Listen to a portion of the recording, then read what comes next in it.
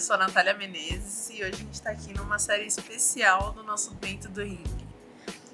Hoje a gente tem aqui a nossa convidada Fernanda, tá? A gente tem aqui o nosso objetivo dentro desse videocast de falar muito sobre transformação digital, né? E a gente traz aí as personalidades do mercado e que fazem dessa transformação digital negócios e fazem muito mais também dentro da vida pessoal. E dentro do que a gente tem também de transformar e digitalizar o PIB do Brasil, isso é muito importante, a gente ter essas pessoas que conseguem já fazer isso muito bem dentro do mercado.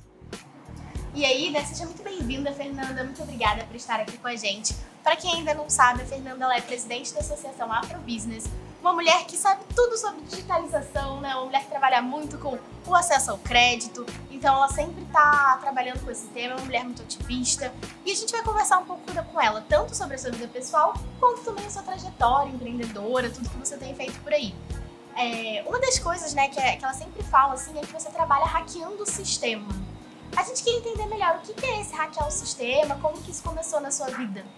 Bom, hackear o sistema é uma expressão que eu gosto de utilizar, exatamente porque a gente vive numa estrutura que é racista, machista, e eu nasci exatamente com essa marca, né? Então eu sou uma mulher preta, retinta, então eu gosto de contrariar estatísticas, então por isso que eu falo que eu sempre estou hackeando o sistema, exatamente por isso, né? Então, desde a minha infância até o meu processo de escolha de estudo e as minhas escolhas profissionais, elas vêm ali desse não lugar, né? De estar sempre nos locais onde falam que não são pra gente, né?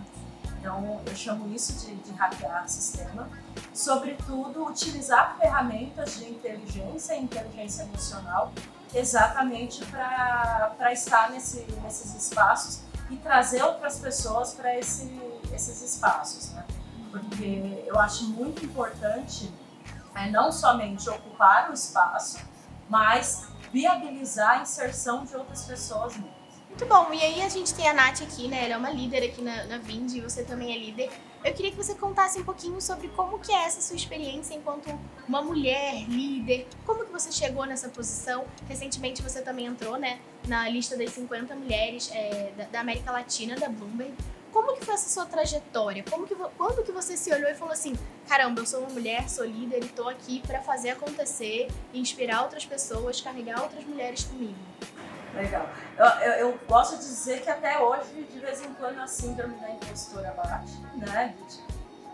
Será que estou fazendo? O que será que estou fazendo? Mas acho que esse meu processo de descoberta sobre o que eu queria fazer, o propósito, o que eu gostaria de deixar como legado no mundo, ele começou a partir do momento que eu comecei a fazer a minha migração de carreira.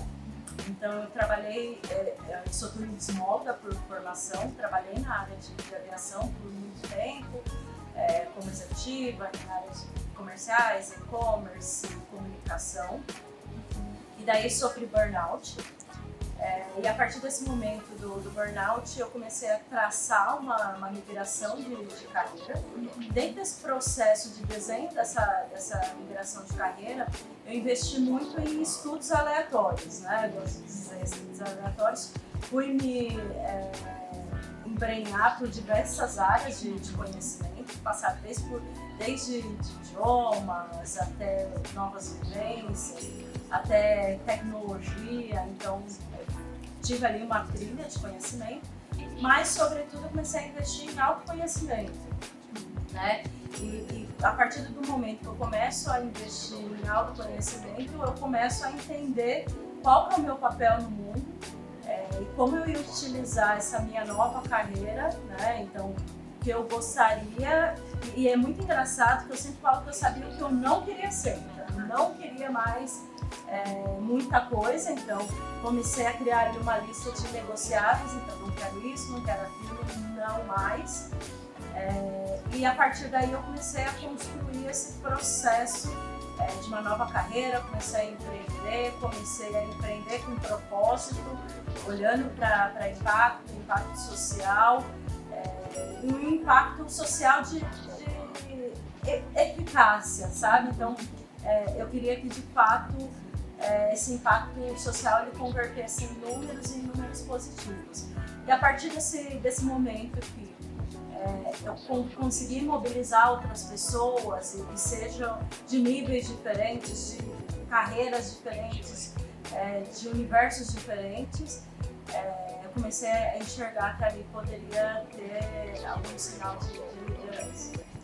Hoje eu acho bem incrível, na verdade, como você conseguiu conciliar uma vivência que é uma vivência de uma mulher preta e que consegue, através dessa vivência, também entender que você tem um negócio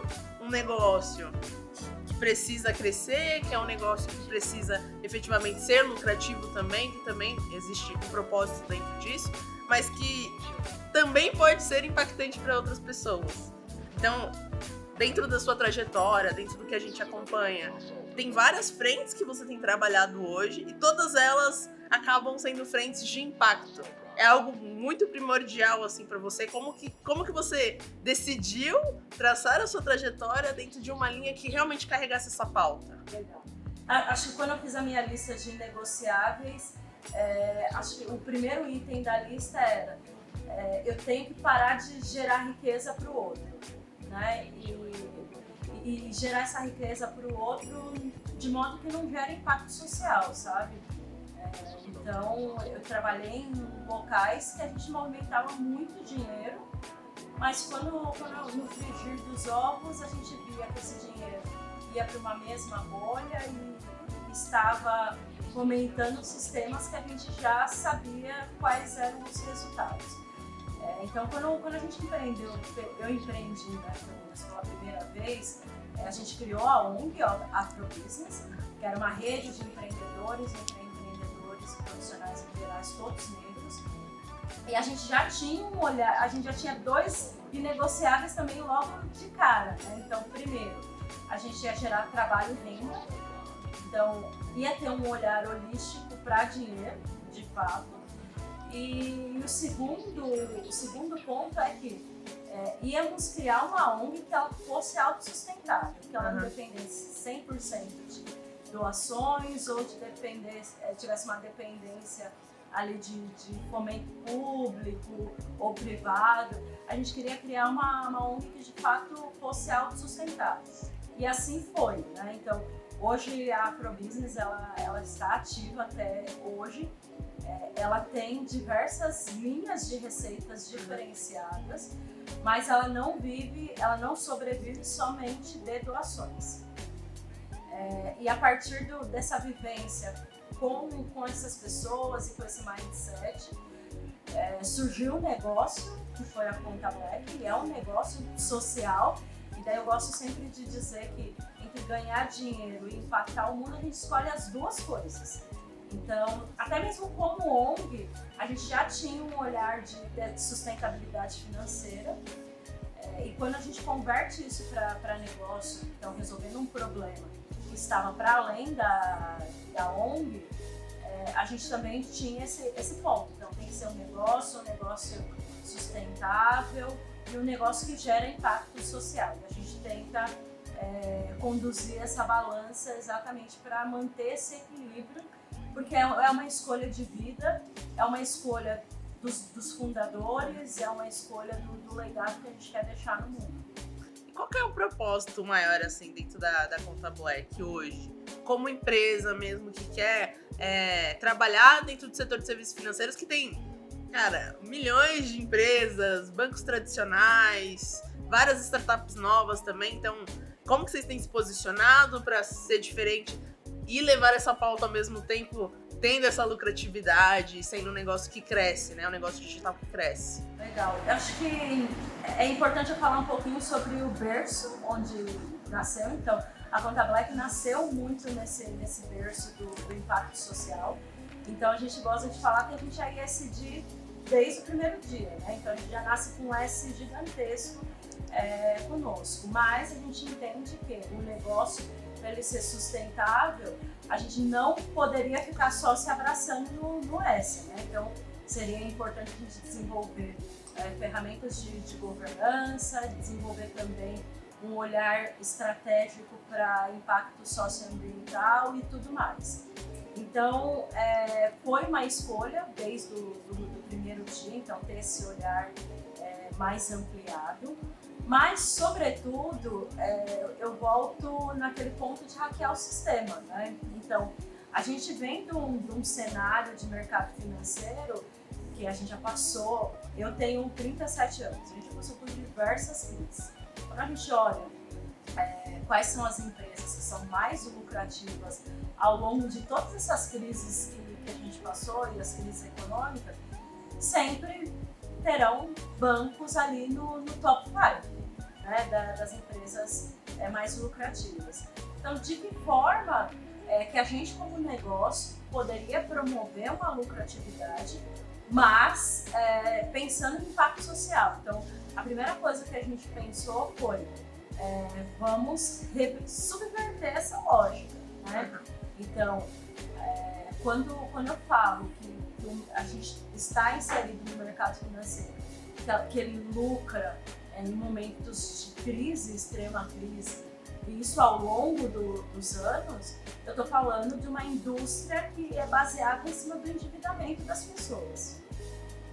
Então, acho que um dos nossos primeiros inegociáveis e olhares de negócio de que forma que a gente poderia tentar apoiar as pessoas nesse processo, ainda que isso comprometesse a nossa escalabilidade, nossa lucratividade, mas mantendo um impacto social.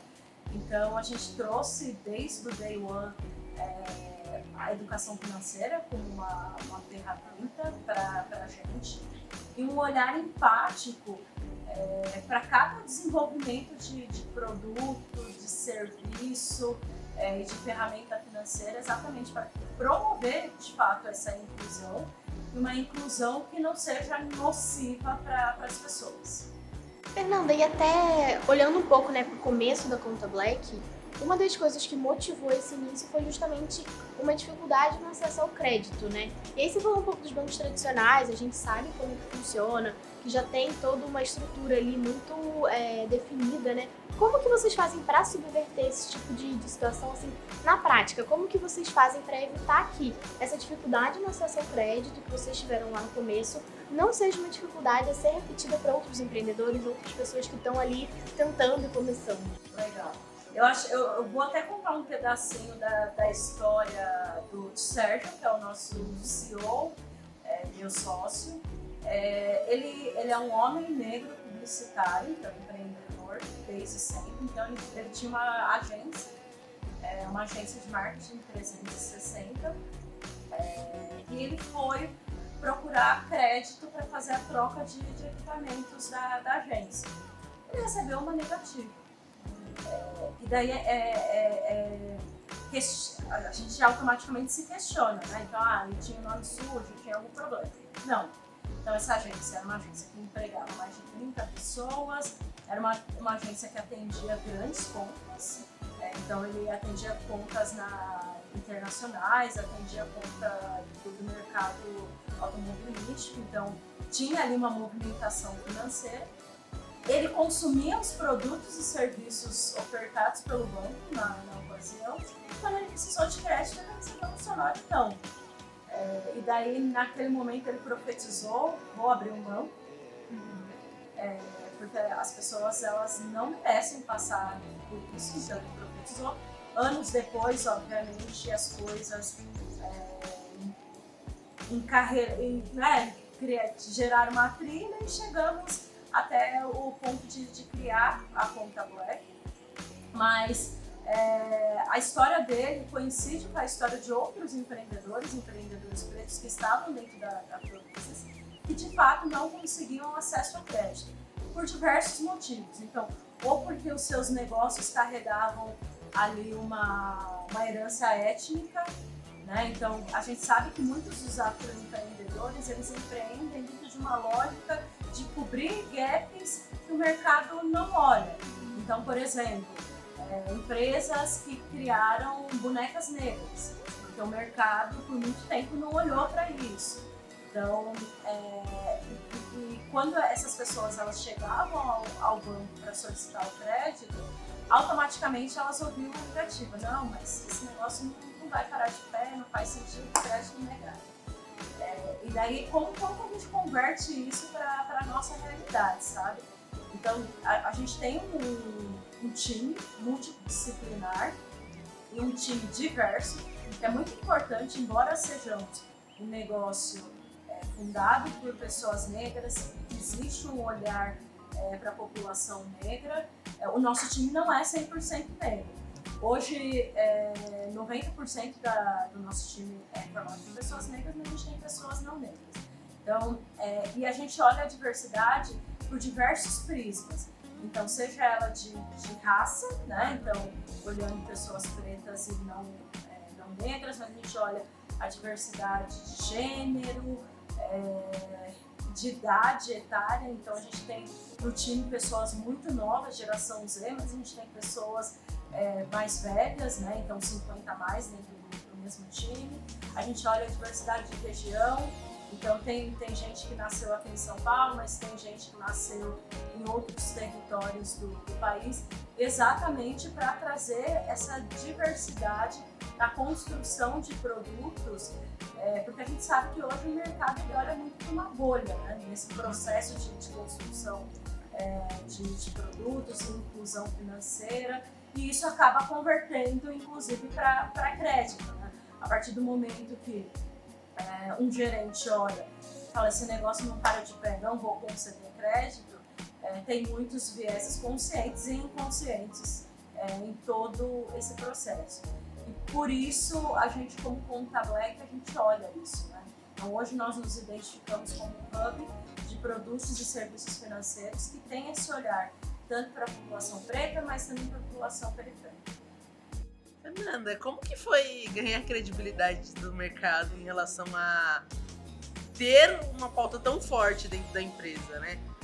Muito no sentido de muita gente tira a legitimidade total do movimento, tira a legitimidade total dessas pessoas pretas que tentam crescer no mercado, que conseguem crescer. Eu acredito que vocês provavelmente ainda sofrem um pouco disso, né? Mas como que foi do início e como está sendo agora? Você acha que vocês já conseguiram uma boa evolução, porque vocês estão crescendo, né? Isso é bem importante. Mas como que é isso, assim? É um processo, literalmente é um processo longo. Quando a gente fala de mercado financeiro, hoje a maioria das pessoas que estão liderando as pecinhas, né, desse ecossistema, elas têm uma característica que difere totalmente a minha. E eu digo com toda certeza que é exatamente o oposto, né? O oposto, porque estou falando de homens brancos de mais de 40 anos, então são homens mais velhos.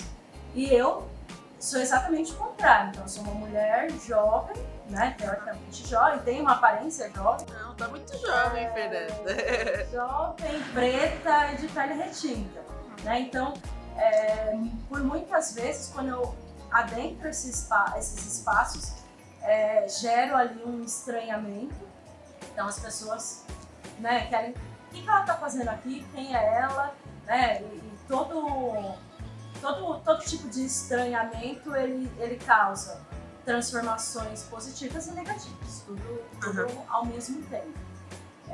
Mas é interessante porque eu entro e entro mesmo, né? Então eu tenho um posicionamento firme de me posicionar sempre e eu sempre devolvo o questionamento, né? Então, você deve estar me olhando estranho porque você não está acostumado. Então, o que você está fazendo para modificar esse universo, sabe? Eu gosto muito de falar com as pessoas sobre eu tenho falado, né, bastante sobre o teste de pescoço, né? Então, contextualizando um pouquinho, de fato convidar as pessoas a entrarem nos ambientes e moverem o seu pescoço e buscarem a diversidade, sabe? Então, a partir do momento que eu estou num espaço onde eu olho e vejo pessoas muito parecidas comigo, está faltando diversidade ali. E é um problema. E falo isso tanto para as pessoas negras, para as pessoas não negras, desculpa, mas até para o universo negro, sabe? Eu sou uma das pessoas que estou sempre, ó, gente, a gente está falando de nós para nós mesmos. Então, de que forma que a gente está modificando as estruturas, ocupando outros espaços, sabe? E aí é que eu vendo tanto essa questão de precisamos hackear o sistema. É um processo dolorido? É. Mas a gente precisa fazer para que as próximas gerações não sofram o que eu sofro hoje. Né? Então, se hoje eu consigo adentrar alguns espaços, é certamente porque outras pessoas negras antes de mim vieram e começaram ali a questionar. Então, eu acho que é um processo contínuo da gente questionando, adentrando outros espaços e se mobilizando como comunidade e como sociedade, né? Porque eu sempre falo que resolver o racismo não é uma questão das pessoas pretas somente, então tem que envolver as pessoas brancas. Resolver o machismo não é uma questão somente das mulheres, tem que envolver homens. Inclusive, quando eu estou em eventos de mulheres pautando temáticas desse nível, eu sempre falo, gente, mas ok, é legal a gente estar falando da gente pra gente mesmo, a gente precisa ter homens falando aqui, a gente precisa ter homens ouvindo aqui, né? Então a gente só vai conseguir gerar transformação a partir do momento que a gente mistura as coisas e que a gente para de falar entre nós para nós mesmos. Fernanda, você trouxe aí um ponto que eu acho que tem muito a ver com a palavra legado, né? Você falou assim, a gente não vai resolver isso só aqui, mas a gente está pensando nas próximas gerações, estamos pensando aí no futuro. Quando você fala de legado, tem uma outra sigla aí que você usou também, que é o ESG, né? Que aqui no Brasil a gente costuma usar o ASG. E recentemente eu vi que você foi na B3, falou um pouco sobre isso também.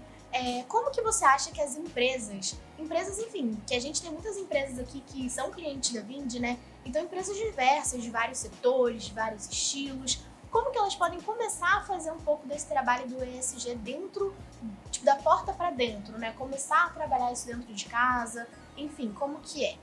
Bom, eu gosto sempre de falar, quando a gente está falando do contexto ESG, ele tem que de fato ser de porta para dentro, porque muitas vezes a gente vê muitas ações que são só para comunicação e marketing, né? Então, para reforçar o meu posicionamento como empresa. Então, de fato, tem que ser da porta para dentro, mas, sobretudo, eu tenho que ter 3 compromissos, né? Para que isso de fato aconteça. Eu tenho que ter métricas, né? Eu tenho que ter metas e tenho que ter budget, tem que ter dinheiro, então tem que ter investimento. E, sobretudo, a pauta ESG, ela tem que passar dentro das empresas de uma maneira transversal. Não pode ficar somente na área de sustentabilidade, sabe? Então, tem que fazer parte das discussões de negócio. Então, e tem que ser top-down, né? Então, tem que ser alguma coisa que tem que partir do CEO. Então, por isso que eu acho importante fazer parte da estratégia. E quando faz parte da estratégia, a empresa inteira se mobiliza. Então, para todo mundo que me pergunta como começar, eu acho que tem que começar com esse olhar, sabe? E tem que ter um compromisso sério, sabe? Não pode ser só para comunicação. Tem que ser da porta para dentro. E, obviamente, que às vezes a pessoa quer comunicar, ela quer falar sobre o que ela está fazendo, mas é importante comunicar depois que isso já está acontecendo, né? Para não virar o que eu chamo de fumaça, né? Tem uma fumaça, daí quando você pergunta, quando você entra na empresa e pergunta, tá, ok, o que você está fazendo de fato, você vê que os números não são verossímeis, não correspondem com a realidade. E daí eu acho que a ONU, o Pacto Global, tem ferramentas muito interessantes de métricas, né? Então, que ajudam essas empresas a desde o começo, mensurarem esses dados. E acho que uma coisa que é muito importante também, se quer fazer da porta para fora, então que faça da porta para fora como um comprometimento público. Então, hoje eu sei que estou bem longe. Nos próximos 5 anos eu quero bater XPTO metas quero atuar em tais áreas, então se é para fazer da porta para fora, que seja para se comprometer publicamente. Hoje eu vi que você participa também de alguns fóruns dentro da ONU, enfim, fala muito sobre diversidade. Como que foi, assim, você entrar e ter um espaço, e ter uma abertura dentro de uma organização tão grande também sobre esse tema? Bom, eu acho que começou muito dessa questão de eu questionar espaços. Daí, inclusive, vale a pena ressaltar que eu questiono, inclusive, a atuação de ONU. Então, porque é super importante, né? A gente se questionar, porque não existe um trabalho que é feito 100% certo, sabe? Até mesmo quando eu olho como Conta Black, como Afrobusiness, eu entendo que tem muita coisa a melhorar, né? Então, a gente só melhora quando a gente começa a ouvir outras pessoas, trazer pontos de vista de fora, porque às vezes a gente acha que está fazendo do jeito certo. Então, por conta do meu trabalho, não somente o trabalho de questionar, mas acho que com todas as entregas que nós fizemos, eu fui cada vez mais sendo convidada para participar dessas construções, e hoje faço parte como embaixadora da ONU Mulher, faço parte do Pacto Global, também questionando e atuando na área de raça, gênero, trazendo exatamente toda a minha expertise, a expertise do nosso time para esses espaços. Hoje, dentro da Afrobusiness, como que funciona para uma empresa também conseguir participar desse espaço e ter toda a capacitação e realmente ser impulsionada? Legal. Hoje, para o pequeno empreendedor e para o afroempreendedor, ele pode participar, não tem custo, então é só ele se cadastrar através do site www.afrobusiness.org.br. Ele preenche um cadastro, e esse cadastro é muito importante para a gente saber de que forma que a gente conecta essa pessoa, essa empresa ao nosso ecossistema.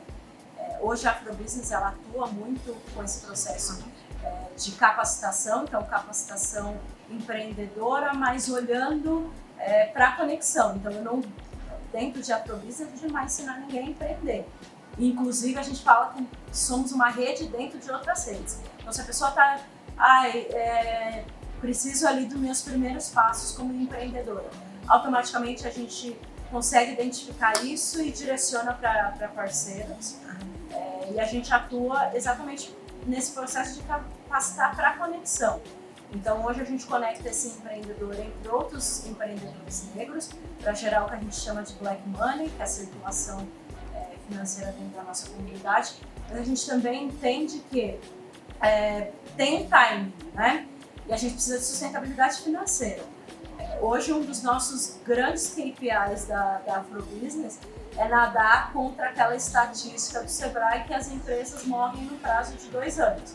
Então, eu quero trazer, quando eu conecto esse pequeno empreendedor à cadeia de fornecimento de grandes empresas, é exatamente para trazer essa sustentabilidade financeira para aquele que compra, né? A gente sabe que com a pandemia, diversos negócios, e em especial negócios liderados por pessoas negras, tiveram um impacto gigantesco e alguns deles, inclusive, fecharam as portas. Então, hoje, para as empresas beneficiárias, né, que eu chamo, não tem custo algum, é só se inscrever gratuitamente. E hoje a gente também, como Afrobusiness, a gente tem um olhar 360 para grandes empresas. E daí sim é uma consultoria que a gente olha a cadeia de valor, a gente olha como são os processos e por que essa cadeia de valor é diversa ou não é diversa, utilizando algumas ferramentas e metodologias próprias da Afrobusiness para conectar com o pequeno empreendedor, porque entenda, não é só querer, né? Então existe diversos processos por trás disso, né? Então esse pequeno empreendedor, ele começa a empreender de uma maneira totalmente diferente. Então, a gente atua exatamente para fazer essa ponte entre a grande empresa e a pequena empresa, a média empresa liderada por pessoa negra, exatamente para que a gente tenha uma comunicação que seja única. Você falou, Fê, muito também aí uma palavra-chave, eu acho que é processo e metodologia, né? Quando a gente tem processo, quando tem metodologia, vai ficando mais fácil, né? Vai sendo um pouco mais tranquilo fazer essa jornada e até mesmo a questão da conexão, do networking. Como que você acha que hoje, né, os empreendedores podem fazer networking? O que você sente falta, ainda que você fala que as pessoas ainda não sabem fazer muito bem e que dá para virar uma chavinha ali quando a gente aprende? Tá. Eu acho que a primeira coisa, daí vou voltar mais uma vez na questão do hackear o sistema.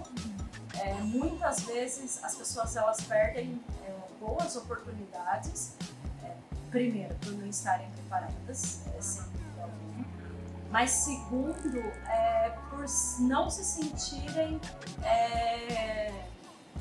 aptas para estar naquele local, sabe? Então, aquele local não é para mim. Simplesmente não vão. E eu acho que até tem uma pesquisa que fala, e que eu gosto muito de citá-la, obviamente ela está voltada para o universo da empregabilidade, mas que seria facilmente aplicável para esse universo de empreendedorismo e network. Que fala que os homens, eles aplicam para uma vaga de emprego sem estar 100% aderentes a todos os requisitos solicitados pela vaga. E as mulheres não fazem isso, né? Então, elas só aplicam para uma vaga se elas estão 100% aptas e aderentes a todos os requisitos da vaga. Isso acontece também para o empreendedor. Muitas vezes ele perde a oportunidade, ele deixa de fazer o network, de estar em eventos, de conhecer outras pessoas, exatamente porque isso não é para mim, as pessoas vão me olhar diferente, eu não tenho formação nessa área e tudo mais. Então, daí eu sou a prova viva disso, a minha formação é em turismo e hoje eu lidero um negócio na área financeira e não vejo problema nenhum. E se a gente olhar as fintechs mais transformadoras e essa transformação desse mercado financeiro, ela vem sendo liderada por pessoas que não são do mercado financeiro. Exatamente pessoas que têm esse mindset empreendedor e que são apaixonadas pelo problema. Eu gosto de dizer que eu sou apaixonada pelo problema. E onde eu não tenho expertise técnica, eu contrato alguém para fazer, né? Então eu não preciso, obviamente, eu sou uma profissional multitask, sem dúvida alguma, eu até programo, inclusive, mas foi muito para entender como eu delego melhor, mas não entendendo que isso tem que ser 100% do meu core como profissional. Hoje, Fernanda, como que você tem olhado assim o mercado dentro no sentido de um profissional negro mesmo, né? A gente vê que tem, inclusive você já foi premiado inclusive pela Empregreafro, né? Eles são uma consultoria muito especializada em pessoas, recursos humanos, muito no sentido também de aquisição de pessoas, a parte de aquisição efetivamente de talentos, né? Então, como que você enxerga, assim, para encontrar esses profissionais? Eu acho que existe uma palavra que é um acesso, primeiro, uma falta de acesso, né? E depois a gente tem uma dificuldade em encontrar esses profissionais e essas consultorias, elas entram muito nesse sentido, né? De encontrar, de saber aonde alocar essas pessoas. Como que você enxerga essa parte de como que eu contrato pessoas negras hoje dentro do mercado? Legal. Eu acho que é interessante esse ponto que você trouxe, mas eu quero trazer também um pouquinho de polêmica aí para essa conversa, tá? Bom, o primeiro ponto é que em 2022 não é mais aceitável uma empresa falar que não consegue contratar profissional negro. Bom, não é mais aceitável. E muito tem a ver com o que você disse, que hoje existem diversas consultorias que atuam exatamente nesse processo de facilitar essa comunicação, né? Então gerar essas pontes.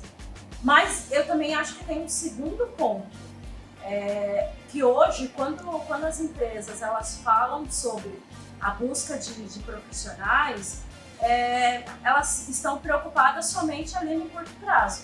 Ninguém está olhando para a formação, né? Então, e daí vou trazer um pouquinho para o nosso universo, que é o universo de tecnologia.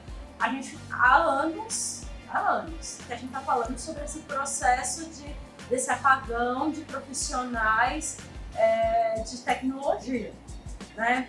Mas poucas empresas estão atuando efetivamente no que a gente fala de formação, né? Então, e formação é isso, fomentando programas de desenvolvimento, e daí também as que atuam, elas, e eu vou até tomar cuidado, vou até falar com muito cuidado, né? Então utilizam ali muletas, né? Então, estou formando profissionais na área de desenvolvimento, então vamos formar desenvolvedores, mas sem olhar para as questões estruturais que estão por trás de tudo isso, né? Então, hoje a gente vive num universo que a gente tem muitos desempregados. E a gente tem ali um universo também de falta de profissionais na área de tecnologia que é gigantesco. Só que muitas vezes as empresas, na hora de resolver esse problema, elas só querem olhar para um aspecto, sem entender que isso é um problema estrutural, né? Então, hoje a gente tem um jovem que sai do ensino médio sem saber fazer as 4 operações matemáticas básicas. Como que eu vou dizer que eu vou lá para as comunidades, vou ofertar curso de desenvolvimento? Eu desenvolvo, cara. Eu sei que não é um processo cognitivo muito fácil, né? Então, eu acho que tem ali um envolvimento estrutural que as empresas elas estão olhando só curto prazo. Então, tem que resolver o meu problema, né? Sem olhar ali de que forma que eu posso resolver também essa estrutura para que, óbvio, gente, eu também lidero uma empresa, eu sei que esse é um problema meu também, mas eu tenho que entender que não vou resolver a curtíssimo prazo. E daí, voltando um pouquinho, quando a gente fala da inclusão de profissionais negros no mercado de trabalho, eu sempre estou buscando o profissional negro high level, né? Então, tipo, ele tem que ser o negro que saiba tudo, que seja incrível, que tenha se formado nas melhores universidades, que fale inglês fluente, sendo que, volto a dizer, é um problema estrutural. Só 5% das pessoas falam inglês fluente, né? E eu arriscaria dizer, outro dia, lá nos Estados Unidos mesmo, eu ouvi uma coisa que eu achei bem engraçada, mas que é uma verdade, que a língua mais falada no mundo é o inglês mal falado, né? Então, quando a gente fala de fluência, a gente está falando ali algo em torno de 3% ali desses 5% dos brasileiros que falam inglês. E a gente sabe que as faculdades de primeira linha, que são o crivo, né, para contratação muitas vezes, são caras e estão fora da realidade da maioria dos profissionais negros. Eu me formei em universidade particular, a minha primeira formação não foi numa faculdade de primeira linha, e eu só pude ter acesso às faculdades de primeira linha depois que eu já estava inserida no mercado de trabalho e que eu já tinha conseguido galgar algumas posições maiores. Então, a gente precisa pensar nessa inclusão, e inclusão mesmo, propriamente dita, como problema estrutural e entender que é um problema coletivo. Então, a empresa privada tem a sua parte de responsabilidade, o governo tem a sua parte de responsabilidade e a sociedade também. Então, de que forma que a gente vai unir todos esses atores para resolver essa equação? aí o que a gente tenta fazer. É isso aí, Fernanda. E até falando um pouco, né, da questão da tecnologia que você tocou, recentemente a Vindy até assinou o Manifesto Tech, né, se tornou signatária do Manifesto Tech, porque a gente acredita muito nisso, né, que a gente precisa pegar as pessoas e formar elas. Não adianta você falar assim, ai, nossa, eu preciso de um líder que saiba todas as linguagens, que saiba tudo, que já fez tudo. E calma, a gente precisa primeiro formar essas pessoas. Tem mesmo uma ansiedade, né, muitas vezes das empresas de, ai, nossa, eu preciso de uma pessoa agora para desenvolver isso hoje. Mas, né, quando você consegue fazer isso no longo prazo, acaba tendo uma resposta melhor. Enfim, até no quesito de retenção mesmo dos talentos, né, Nath? Sim. Não, e outra coisa, né, acho que já complementando, como que a pessoa entra e se mantém dentro do próprio mercado, né, Fernanda? Hoje existe uma questão muito dura e eu falo dentro da minha própria experiência, que é essa representatividade, como não desistir dentro do meio do caminho, né? Tanto no sentido de colocar uma pessoa para aprender efetivamente e como que essa pessoa se mantém, como que você enxerga esse ponto de ter, você hoje está representando uma camada gigantesca da população que tem uma representatividade muito pouca dentro das fintechs, dentro do mercado de tecnologia, nos cargos mais altos, né?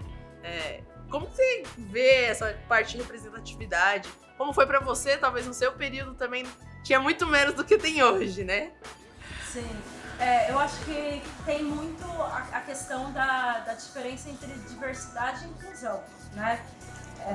Tem até as pessoas falam que existe uma diferença e eu concordo, porque eu posso ter um ambiente diverso, mas que não é incluso, né? Então eu posso ter ali uma pessoa negra dentre 50 profissionais brancos. Então, eu estou falando que tem diversidade, mas não tem inclusão, né, de fato. Então, com o passar dos anos, eu acho que cada vez mais tem melhorado. Eu gosto de olhar com o copo meio cheio, sabe?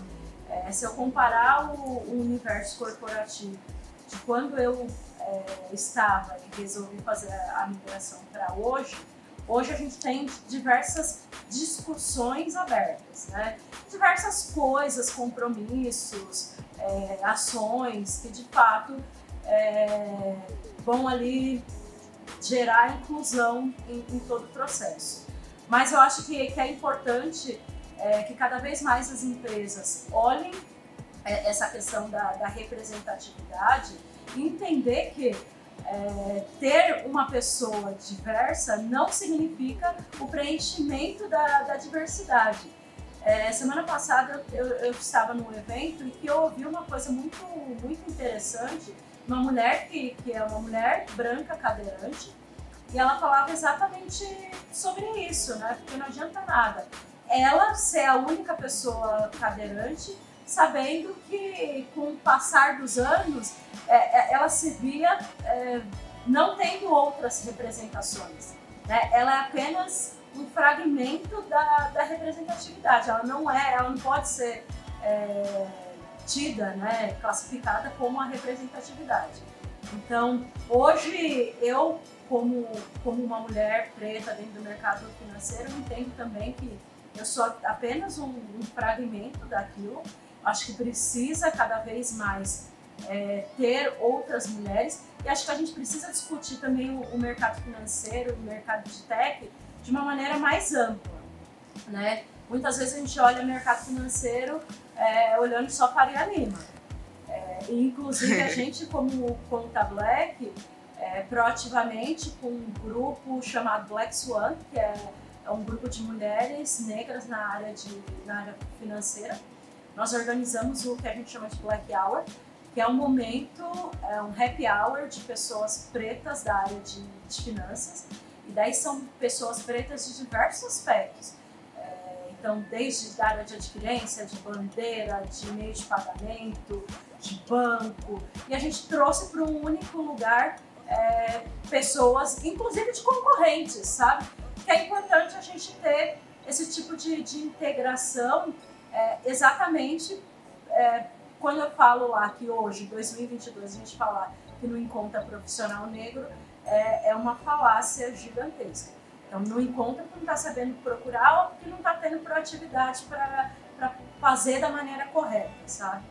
Então, hoje o nosso trabalho é para que essas representações elas se multipliquem, né? Para que cada vez mais pessoas negras, jovens negros se interessem, porque eles olham lá na frente, então alguém já fez isso, bora lá. E hoje eu só tô aqui porque eu olhei alguém que já fez o que eu faço exatamente, e falei, cara, vamos otimizar isso, porque o ser humano é isso, ele vive de processos e de representativações, né? Representatividade. Então é super importante. E Fê, você fala muito também, né, que assim, tudo vai virar fintech. Tudo vai ser fintech, esse é mesmo o futuro. Qual que é a sua visão, assim, desse mercado? O que você quer dizer, né, com essa frase? Bom, eu sempre falo que as fintechs são as novas paletas mexicanas, né?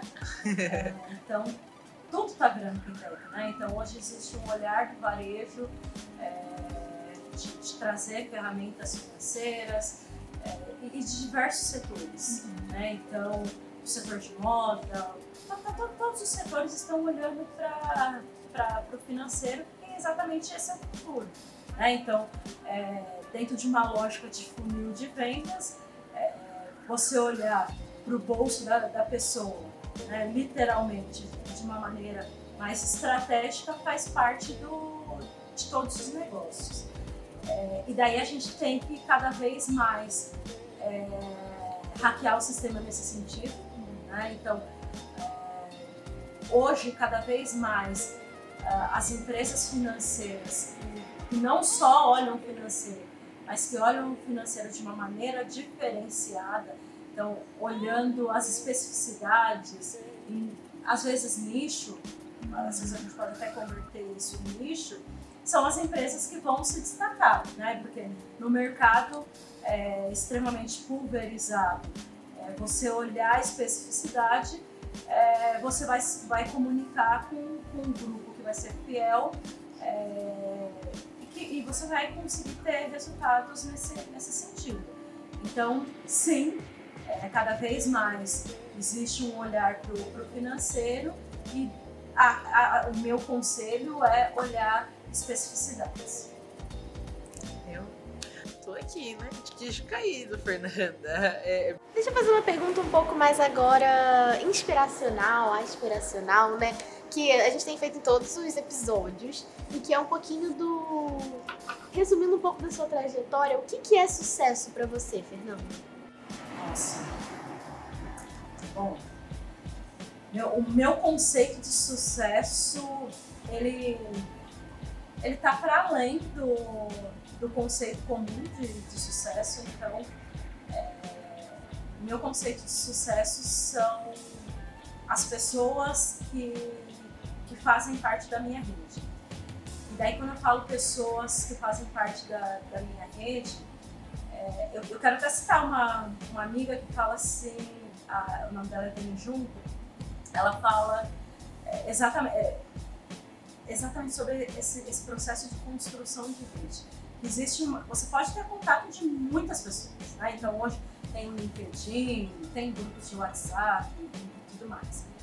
Mas a diferença é quem vai te atender quando você ligar, né? Então, o meu conceito de sucesso está exatamente nessa rede que eu construí. Quem são as pessoas que me atendem quando eu ligo? E quando eu falo de pessoas que me atendem quando eu ligo, eu não estou falando de pessoas poderosas somente, tá?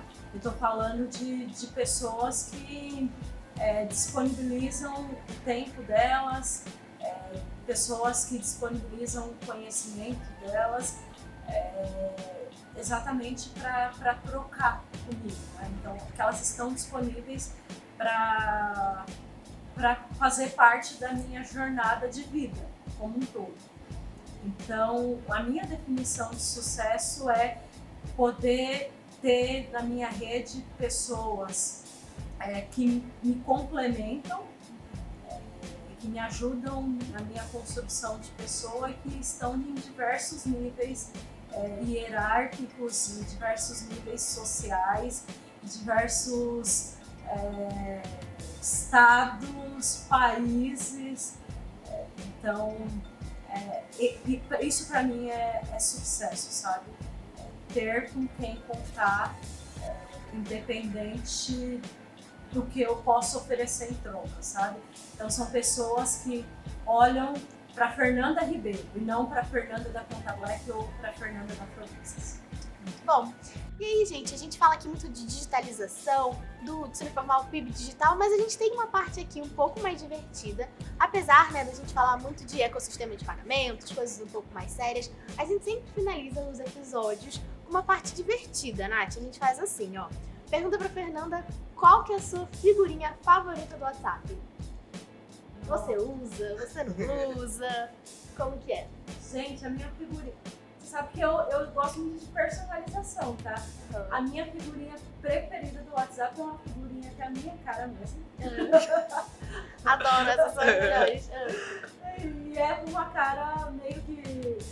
É uma releitura, sabe aquele emoji que é com o olhinho pra cima? Vai revirando os É a minha olhos. releitura personalizada. E tem alguma coisa na internet, algum meme que você fala assim, putz, não aguento esse meme, eu olho esse meme, não aguento esse meme, eu odeio esse meme? Nossa, não! Normalmente eu adoro memes. Todos. Todos, eu gosto, eu sempre acho graça em todos os memes. Vê se não tem algum meme que eu não gosto. Eu acho assim, todo meme que a longo prazo fica repetitivo, talvez me irrite um pouco. Vai dando aquele rancinho, né? Vai dando um rancinho, sabe? Que a longo prazo, toda hora você só vê aquele meme específico. Mas não tem um que eu odeio, não. Eu gosto de todos. Às vezes é que eu enjoo rápido. Mas eu gosto de todos. E como que é a sua relação com o digital? Você gosta de postar no Instagram, tem TikTok? Como que é isso pra você? Instagram eu sei que você gosta. Eu gosto. Assim, a minha relação com o digital é uma relação de amor e ódio também. Porque me remete muito... Assim, eu uso muito o digital para pesquisa. Eu gosto muito de conhecer pessoas, entender o que as pessoas estão falando, pensando, entender o que elas estão consumindo. Então tem ali essa relação de amor. E eu acho que a relação de ódio é muito o que vem se transformando, sabe? Então as redes sociais, elas têm se tornado nocivas, então elas têm se tornado veículos de propagação do ódio, então isso é uma coisa que eu não gosto. Mas no geral eu gosto como ferramenta de trabalho, como ferramenta para relacionamento, como ferramenta para relaxar também. Então essa questão de meme eu gosto gosto muito de zoar, até mesmo com o time. Eu sou a pessoa que faço as figurinhas personalizadas do time. Então eu gosto mesmo de usar a tecnologia como uma ferramenta ampla e que faz parte do meu dia a dia, quer eu queira ou não. Virou parte, né? Se a gente tivesse mais umas 2 horas, Ia eu ficar ia usar as 2 horas aqui. Eu falo pra caramba. Então, muito obrigada a você que acompanhou a gente aí. Lembrando, né, se você quer saber mais sobre a Afrobusiness, a Conta Black, a gente vai deixar todos os links aqui na descrição. E é claro, se você precisa de trabalhar com meios de pagamentos, se você precisa de maquininha, e-commerce, tudo isso a Vindi pode te ajudar. Não deixe de conferir aqui nos nossos links, siga a gente nas redes sociais, siga a Fernanda também, a gente vai deixar tudo aqui. E até a próxima. Muito obrigada!